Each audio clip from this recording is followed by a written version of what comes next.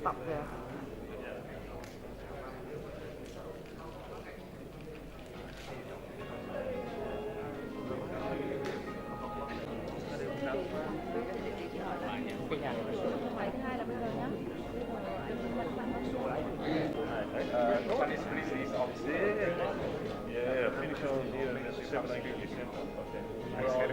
Finish your work in China. Like a flag. We can have a lunch on there. In Beijing, we have a flag from community. All officers.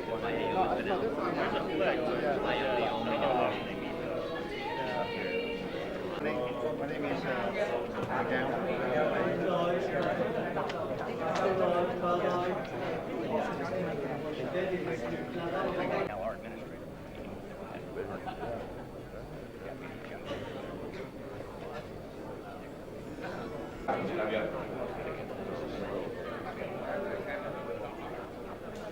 Xin mời các đồng chí người dân, mời các đại biểu quốc tế và đại biểu khách trong nước.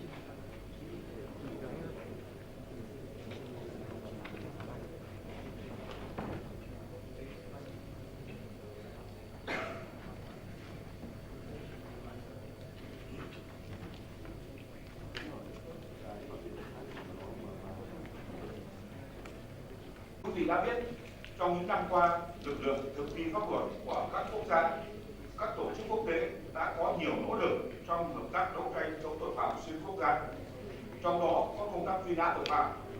Tuy nhiên, tình hình tội phạm hoạt động xuyên quốc gia để tăng cường trao đổi tình hình, kinh nghiệm, góp phần nâng cao hiệu quả công tác hợp tác về công tác truy nã tội phạm. Đến dự hội thảo về phía Bộ Công an, tôi xin trân trọng giới thiệu và chào mừng Thượng tướng Bùi Văn Nam, Thứ trưởng Bộ Công an, Trung tướng Phan Văn Vĩnh, Tổng cục trưởng Tổng cục Cảnh sát Bộ Công an Việt Nam chủ trì hội thảo. Trung tướng Nguyễn Công Sơn, Phó Tổng cục trưởng Tổng cục Cảnh sát Bộ Công an Việt Nam. Tham dự hội thảo hôm nay, tôi xin được trân trọng giới thiệu sự hiện diện của các đại diện DCKIAD, đại diện cơ quan cảnh sát Interpol, ngài Bartolome Ferdinandito, đại diện cảnh sát ASEANPol, đại diện lực lượng cảnh sát Viện Công tố, lực lượng Interpol các nước Trung Quốc, Mỹ, Campuchia, Úc, Hàn Quốc, Séc, Anh, Indonesia, Lào, Malaysia. Giới thiệu và kính mời Thượng tướng Bùi Văn Nam, Thứ trưởng Bộ Công an Việt Nam lên phát biểu chỉ đạo hội nghị. Xin trân trọng kính mời Thủ tướng. Rất vui mừng đến dự hội thảo quốc tế về công tác truy nã tội phạm. Thay mặt lãnh đạo Bộ Công an Việt Nam, tôi nhiệt liệt chào mừng quý vị đại biểu, các vị khách quý chủ động phối hợp đấu tranh, ngăn chặn có hiệu quả các hành vi phạm tội, góp phần bảo vệ cuộc sống bình yên nhân dân. Tuy nhiên, tình trạng tội phạm trong tình hình hiện nay các quý vị, những năm qua, lực lượng công an Việt Nam luôn chủ động hợp tác với các cơ quan hợp tác, trao đổi thông tin và phối hợp xác minh, truy bắt các đối tượng truy nã. Chúng tôi khẳng định hội thảo lần này là dấu mốc quan trọng trong hoạt động hợp tác của Việt Nam, với muốn thiết lập và tăng cường mối quan hệ hợp tác với các cơ quan thực thi pháp luật của tất cả các quốc gia trên thế giới. Các tổ chức xin gửi lời chúc tốt đẹp nhất đến các quý vị đại biểu, dồi dào sức khỏe và chúc hội thảo chúng ta thành công tốt đẹp. Xin trân trọng. Tổng cục trưởng, Tổng cục Cảnh sát Bộ Công an Việt Nam phát biểu về kết quả hợp tác quốc tế trong công tác truy nã tội phạm của Việt Nam. Xin trân trọng kính mời Thủ tướng và thủ đô Hà Nội. Kính thưa các quý bà, quý ông, các bạn đồng nghiệp của các nước và Cộng hòa xã hội chủ nghĩa Việt Nam. Với diễn biến phức tạp của tình hình an ninh thế giới và an ninh khu vực, tình hình tội phạm xuyên quốc gia có nhiều diễn biến đáng lo ngại. Theo đánh giá của tổ chức Interpol, hầu hết các loại tội phạm đều gia tăng về số lượng, tính chất nghiêm trọng, đặc biệt là tội phạm khủng bố, tội phạm ma túy, tội phạm tham nhũng và tội phạm lừa đảo xuyên quốc gia. 457 đối tượng, Lào 181 đối tượng, Mỹ 166 đối tượng, Campuchia 111 đối tượng, Nga 28 đối tượng. Việt Nam đặc biệt quan tâm đã đẩy mạnh triển khai thực hiện tốt các hiệp định về phòng chống tội phạm, dẫn độ tội phạm, tham gia đề xuất xây dựng mới và ký kết một số hiệp định. Tổ chức xác minh, bắt giữ và bàn giao cho phía nước ngoài 225 đối tượng do các cơ quan chức năng của nước ngoài truy bắt, truy nã. Bắt giữ và tiếp nhận 160 đối tượng truy nã của Việt Nam. 6. Bộ Công an Việt Nam và Bộ Công an Trung Quốc đã tổ chức hội nghị phát động cao điểm truy nã tội phạm lần thứ 2 và ký biên bản ghi nhớ triển khai cao điểm. Bên cạnh đó, để đẩy mạnh hợp tác chia sẻ thông tin và trao đổi kinh nghiệm trong công tác truy nã, Tổng cục Cảnh sát Bộ Công an Việt Nam đã tổ chức đoàn đi công tác và nghiên cứu học tập kinh nghiệm về công tác của phía nước ngoài, đề nghị về phía Việt Nam phối hợp xác minh, phối hợp truy bắt mà chưa có lệnh truy nã quốc tế của Interpol, chỉ có lệnh bắt của các cơ quan chức năng của các nước. Đối với các còn diễn biến khá lung tung, chưa thống nhất, một số trường hợp Viện Kiểm sát Nhân dân tối cao từ chối phê chuẩn quyết định gia hạn tạm giữ và lệnh tạm giam của cơ quan điều tra. Cục Cảnh sát trong hợp tác quốc tế của công tác truy nã tội phạm. Kính thưa các quý vị, để nâng cao hơn nữa hiệu quả hợp tác quốc tế về công tác truy nã tội phạm trong thời gian tới, Tổng cục Cảnh sát Bộ Công an nước Cộng trân trọng đề nghị với các nước nghiên cứu mở các đợt cao điểm phối hợp truy bắt đối tượng truy nã chung với Việt Nam. Trước mắt đề xuất tiếp tục mở đợt cao điểm truy bắt đối tượng truy nã giữa Việt Nam và Trung Quốc lần thứ 3. Tiến tới về truy bắt, về trao trả, về dẫn giải của đối tượng truy nã, góp phần đẩy mạnh công tác hợp tác quốc tế trên lĩnh vực này. 3 là tăng cường công tác chỉ đạo, phối hợp với các đơn vị chức năng, kiến nghị với các vị khách quý, các quý ông, các quý bà và chúc hội thảo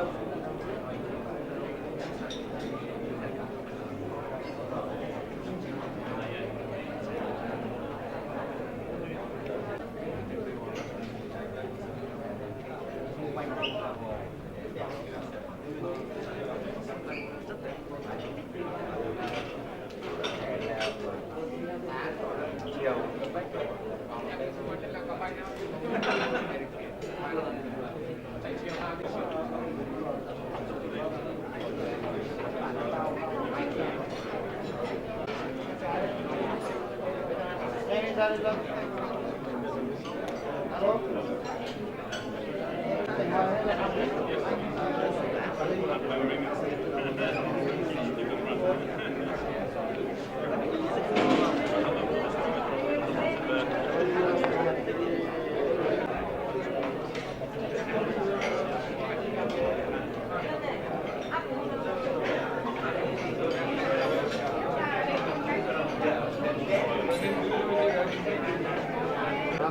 Michael Wilson done Biden work in Ho Chi Minh City. And the war now come up with FBI. FBI is Nam Hồ Chí Minh. Em xin giới thiệu đây là Mai Văn Quyền, điều tra viên Hồ Chí Minh.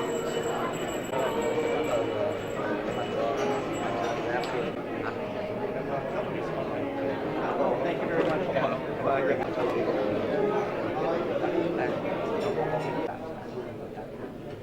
Và cố gắng làm được phản thắng. Tôi là trao đổi với đoàn lãnh đạo Mỹ, đoàn trước nhiệm và quyết tâm chính trị rất cao theo cái chỉ đạo của chính phủ cũng như là của Việt Nam thì rất là cao. Cái hiệu quả đạt được bạn chính thuận. Quan đến một cái đối tượng mà du lịch Việt Nam hiện tại đang rất quan tâm, đó là đối tượng Trịnh Xuân Thanh đang lẩn trốn ở nước ngoài. Vậy thì cho biết là từ khi Bộ Công an Việt Nam được sự đồng ý của chính phủ và các cơ quan Việt Nam, hôm nay tổng cục cảnh sát tổ chức cái hội thảo quốc tế về công tác truy nã tội phạm là một trong những thành tố để đảm bảo kiến nghị Bộ Công an này có gì mới và cái gọi là xu hướng hợp tác sắp tới. 2013, the Ministry of Public Security decided to launch Operation Fox Hunt on a larger scale and to have joint operation with more countries such as Vietnam, South Korea, and so on.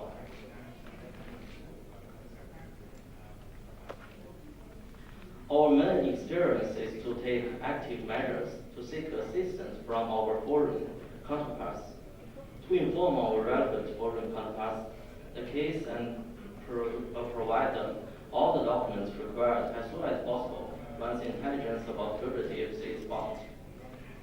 To discuss actively with relevant foreign counterparts on how to make best use of the local laws, where the fugitive is, and Chinese laws, and work together to apprehend and rule extradition. In accordance with the directive, several fugitives have been arrested by police of Spain, Italy, Greece, Bulgaria, France, no evidence to our foreign counterparts, so that the fugitive may be arrested and accused of violating the national law of the country.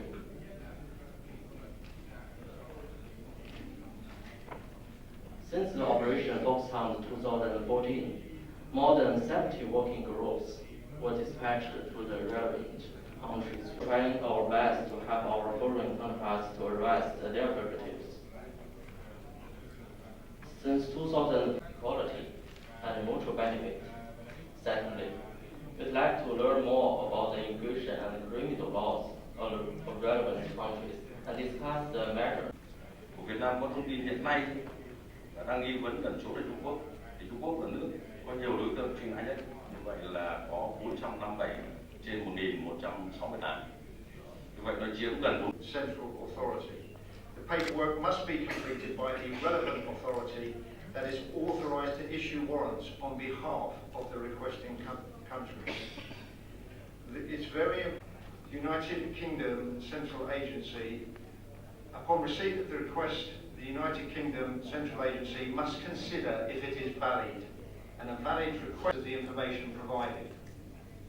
The Metropolitan Police Extradition Unit based at Scotland Yard, which is a specialist unit formed to combat fugitives in the UK. The magistrate's court, as soon as practicable, may decide to grant them bail. So, person arrested may consent to his extradition to the requesting country in which the warrant was issued. Do The offence in the United Kingdom. sự The judge khác nhau về must tôn giáo, adjourn dân the tộc. extradition hearing until whether the person is at risk of the death penalty if he were to be extradited, whether speciality arrangements are in place with the country, and speciality is that a fundamental state must order extradition. However, where extradition has been ordered, the person concerned may seek leave to appeal to the High Court against both the decision of the district judge. Sau Thủ tướng Nguyễn Văn Thành thì xin mời đoàn của Hợp Trung Quốc Hoa Kỳ để chuẩn bị.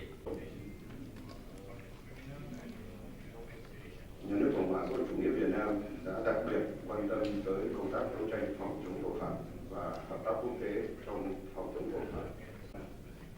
Quy định trong bộ luật hình sự, trong luật thi hành án hình sự, trong luật tương trợ tư pháp, trong luật tổ chức cơ quan điều tra hình sự, và đặc biệt là nhà nước Việt Nam đã rất về đối tượng truy nã, đó là các đối tượng phạm tội bỏ trốn.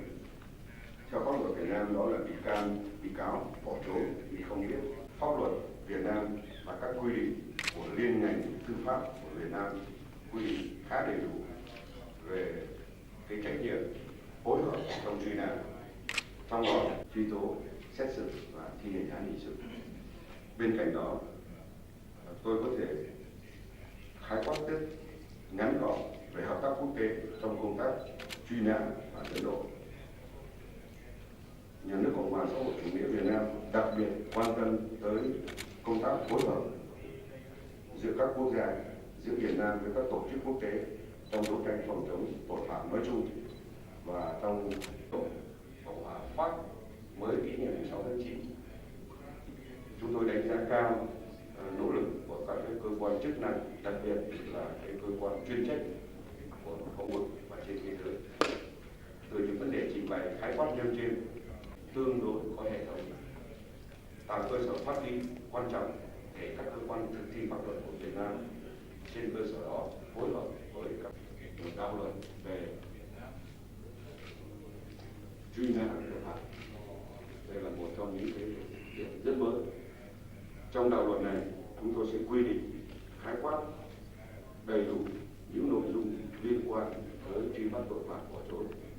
Trong đó quy định về mục đích, yêu cầu, nội dung, đối tượng và đặc biệt sẽ có một chương riêng quy định về hợp tác quốc tế trong truy bắt đối tượng phạm tội bỏ trốn. Và đồng thời chúng tôi cũng sẽ tiến hành sửa đổi bổ sung luật tương trợ tư pháp năm 2007 thuận lợi hơn trong hợp tác với các quốc gia. Một trong những hướng đi hết sức quan trọng để xây dựng các văn bản quy phạm pháp luật của Việt Nam là chúng tôi tham khảo một cách có chọn lọc, sẽ học tập được những kinh nghiệm bổ ích qua các tham luận của các quý vị đại biểu, có thể được trình bày tại hội thảo hoặc có thể ở trong tài liệu. Đây là những kinh nghiệm quý báu chúng tôi sẽ tiếp thu và để hoàn thiện hệ thống pháp luật cũng như nâng cao năng lực tổ chức thực hiện pháp luật Việt Nam, các điều ước quốc tế tham gia một cách chủ động, tích cực trong hợp tác quốc tế để đấu tranh phòng chống tội phạm. Nhân đây tôi cũng bày tỏ sự cảm ơn đối với đại diện các bộ ngành trong thời gian vừa qua đã giúp đỡ Bộ Công an nói chung, các cơ quan chức năng của Việt Nam nói riêng trong đàm phán ký kết, trong tổ chức thực hiện các điều ước quốc tế liên quan. Các quý vị đại biểu mạnh khỏe, hạnh phúc, thành công trong công tác. Xin trân trọng cảm ơn tất cả các quý vị.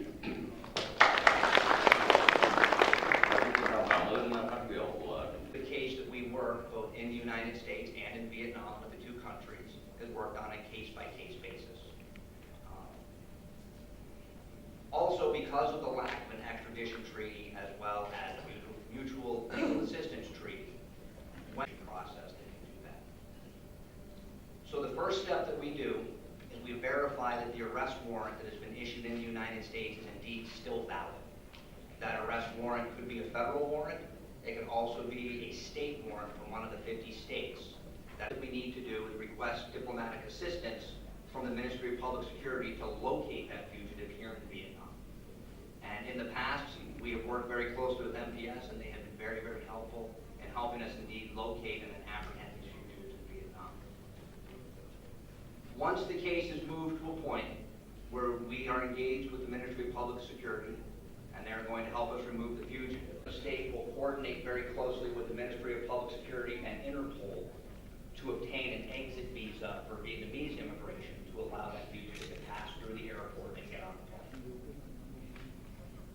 One of the most important points to note here when we go into this process on these fugitive returns is that the U.S. Department of State requires that legal officers out on patrol who are constantly checking to see if the people they're encountering are wanted by the police. Generally, when it comes to U.S. law enforcement, when we go to look at this, we generally look at several factors before we decide whether we're going to use an escort team or simply ask the fugitive to board a plane and leave. In general, because because Murphy had fled to Laos and then come to Vietnam and was living here in Vietnam with his son.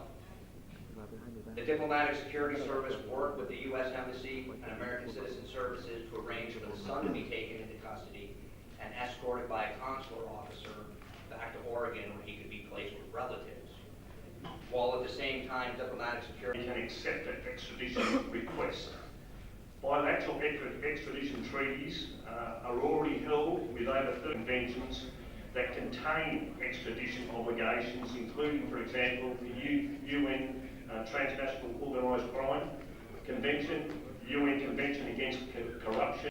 But under our laws, this process includes human rights safeguards to protect people from matters such as the death penalty, torture, cruel or inhumane or degrading treatment. Deportation, however, is a unilateral determination made by a country to remove a person on the basis that they know have. Initial dialogue with the central authority is therefore very important and helpful. It can ensure that the draft form of an extradition request can help the Attorney General's Department to make sure that they are presented in a proper and formal way to meet the legal obligations. And I have to say that I've been involved in several of these with Vietnam, and they're going to be, if the processes aren't finished within 2 months after the Minister's decision has been made. So once we agree to extra appeal, judicial review is available at each stage of the process and is frequently sought in the Australian jurisdiction. This is often by the public as well, creates its own comments. The arrest warrants, I won't go too much into those. The same sort of particulars in nationals, which is understood. Australia does not refuse to surrender a person on their basis of their nationality alone. We have to have concurrent jurisdiction, stance after a person has been acquitted or pardoned by a competent authority or tribunal, or if they've undergone punishment in the requested country for the same conduct which constitutes the extradition of either side in any country back to face justice. Thank you very much.